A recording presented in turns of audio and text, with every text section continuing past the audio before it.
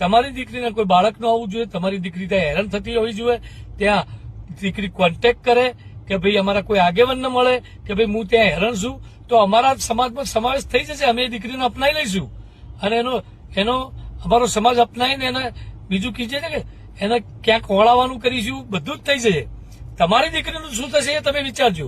મિત્રો, થોડા સમય પહેલા કિંજલ રબારીનો પણ વિડીયો આવ્યો અને અત્યારે રબારી સમાજના અગ્રણી એટલે કે આગેવાન રમેશ દેસાઈનો પણ એક વિડીયો ખૂબ જ ઝડપથી વાયરલ થઈ રહ્યો છે. તમે જોતા હશો કે અત્યારે દરેક લોકોએ ઠાકરસિંહનો ઉપાડો લીધો છે. દરેક લોકો ઠાકરસિંહને ફોન કરી રહ્યા છે કે અમારા સમાજની આ દીકરી ગઈ, અમારા સમાજની પેલી દીકરી ગઈ.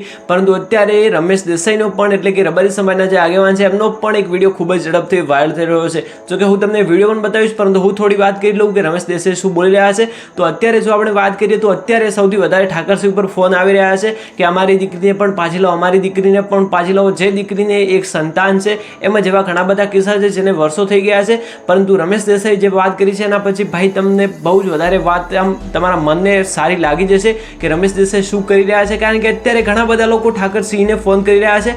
ત્યારે શું બોલી રહ્યા છે રમેશ દેસાઈ, ચાલો જોઈએ આપણે વિડીયો. અને જો વિડીયો વધુમાં વધુ પસંદ આવે તો તમારા મિત્રો સાથે શેર કરજો. બાકી તમારું શું મંતવ્ય છે પણ મને કોમેન્ટ્સ કરીને જરૂર જણાવજો. ખાસ કરીને આગળ એટલા માટે મૂકજો, હાલ બધા ડિબેટોમાં ક્યાંક ના ક્યાંક મીડિયા બધાને બોલાવતા હોય છે અને બધા મિત્રો જતા હોય છે, તો બધા આગેવાનો પર ફોન આવવા માંડ્યા છે કે ભાઈ આ કિંજલબેનનો બનાવ બન્યો તો તાત્કાલિક આપણે એમને પજેરું લીધું એટલે તાત્કાલિક એને લાવવાનું કર્યું. તો બીજા લોકોનું એવું કહેવું છે કે ભાઈ તમે તમારી દીકરી લાવવા માટે આ કર્યું, તો અમારી દીકરીઓ બીજી બી આગળ ગયેલી છે ભાઈ, હવે ખાસ સાંભળજો. અને બીજા લોકો એવું કહે છે કે અમારી દીકરી પાછી આપો. તો હા, 100% અમે એક શબ્દ મારામાંથી નીકળેલો છે કે અમારા માટે દરેક દીકરીઓ સરખી છે અને દરેક દીકરી જે બી કોઈ બી સમાજ છોડીને જાય દુઃખી થાય છે. તો તમારી દીકરી ક્યાંય દુઃખી થતી હોય, તમારી દીકરીને કોઈ બાળક ના હોય અને દુઃખી થતી હોય, કોઈ રબારીનો દીકરો હેરાન કરતો હોય, તો 100% ઠાકરસિંહ એકલા નથી. આમાં ઠાકરસિંહ પ્રતિનિધિ છે અમારા, પણ અમે દરેક ઠાકરસિંહ છીએ. એટલે દરેક તમારા કોઈનો બી તમારા નજીકમાં કોન્ટેક્ટ હોય અને તમારી દીકરી હેરાન થતી હોય તો એનો નંબર લઈ લો. આમાં કોઈ સંમેલનો કે ભેગું થવાનું કઈ આવતું જ નહીં. અમારી જવાબદારી આવે છે. અમારા રબાઈના દીકરાના ઘેર તમારી દીકરી હેરાન થતી હોય તો અમે 100% પણ એના માટે તાત્કાલિક જવું પડે. અમે અમારી દીકરીઓ બી કેટલી ગુમાઈ છે, જે તાત્કાલિક પગલા નથી લીધા, તાત્કાલિક નથી લઈ શક્યા, તો એ બી છે. તો તમે બી અમને પાછી આપજો. જે સમાજો માગે છે ને એ સમાજો અમે આપીશું. તમારી દીકરીને કોઈ બાળક ન આવવું જોઈએ, તમારી દીકરી ત્યાં હેરાન થતી હોવી જોઈએ, ત્યાં દીકરી કોન્ટેક્ટ કરે કે ભાઈ અમારા કોઈ આગેવાનને મળે કે ભાઈ હું ત્યાં હેરાન છું, તો અમારા સમાજમાં સમાવેશ થઈ જશે. અમે એ દીકરીને અપનાવી લઈશું અને એનો અમારો સમાજ અપનાવીને એને બીજું કીધે છે કે એને ક્યાંક વળાવવાનું કરીશું, બધું જ થઈ જશે.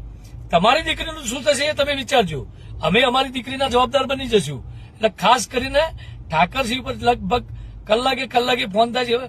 ઠાકરસિંહ એક અમારા પ્રતિનિધિ, એક આગેવાન વ્યક્તિ છે. એવા દરેક આખો સમાજ આની સાથે હતો. ઠાકરસિંહને તો તેના બનાસકાંઠાના આગેવાનો ત્યાંનો બનાવ હતો એટલે આગળ પડતા ત્યાં વધુ રસ લીધો. પણ આની પાછળ તો આખો સમાજ હતો. અને દરેક દીકરી માટે અમે લડવા તૈયાર છીએ. અમારી દીકરી તમારી દીકરી, અમારી બે દીકરીઓ ભાગી હોય ને તો એક અણ સમાજની બીજા સમાજની હોય ને તો અમે સૌ પહેલા એને લાવવાની કોશિશ કરીએ અને અમે કહીએ કે આપણી તો આવશે પણ મને પહેલા લાવી દો. એટલે અમે એ લોહી છે અમારું. તો મિત્રો, આ તો માલધારી સમાજના આગેવાન એટલે કે રમેશ દેસાઈનો વિડીયો. તો આ વિડીયો વધુમાં વધુ શેર કરજો જેનાથી ખબર પડે કે મામલો શું છે અને શું કહેવા માંગી રહ્યા છે રમેશ દેસાઈ. તો બસ વધુમાં વધુ શેર કરજો. બાકી મળીએ એક નવા વિડીયોમાં.